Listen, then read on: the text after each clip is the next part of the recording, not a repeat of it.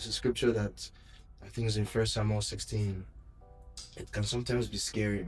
When Samuel came to appoint, was looking for who to anoint as a king. Okay. And they brought a couple of guys and they all stood.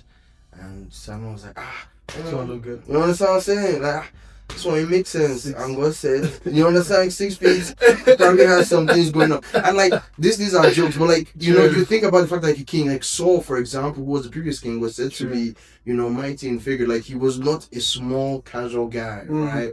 So yeah, and you're thinking about kings, people that are going to go out for war. So you know, he's looking at it like physique, like okay, they are elder brothers, you know, they probably have a bit of wisdom.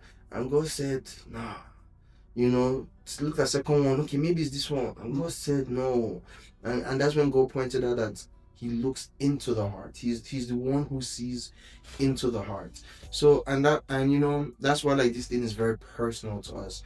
I don't find myself getting caught up in certain conversations because I'm like, at the end of the day, it is not you who determines how much I worship today or what's acceptable to God. It's God that does. But then for me as a person, what I can do is to work on staying intentional in, you know, conjuring the right heart posture that shows God that, hey, everything I'm doing is from an intent to pour back my love to you for the love that you first showed me.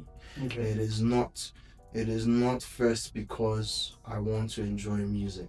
At least for me as a person, it's first and foremost because of my love for God. To which was not always like that. Like for someone that loves music, it did start from like a passion for music and a love for music.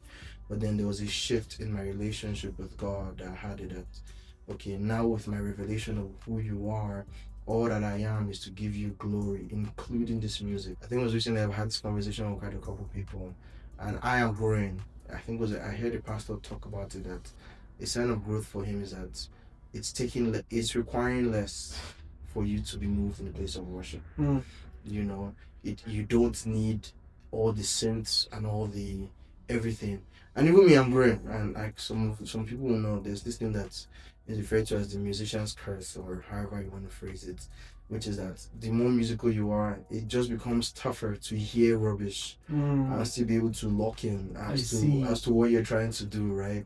But with all of that said, though, that is where your heart and your why begins to matter, because your why can now become an intrinsic reason that pushes you towards maintaining that heart of worship in spite of what is going on around you, so that even when you hear bad music, even when people are looking, you are intentional in staying in that place of worship.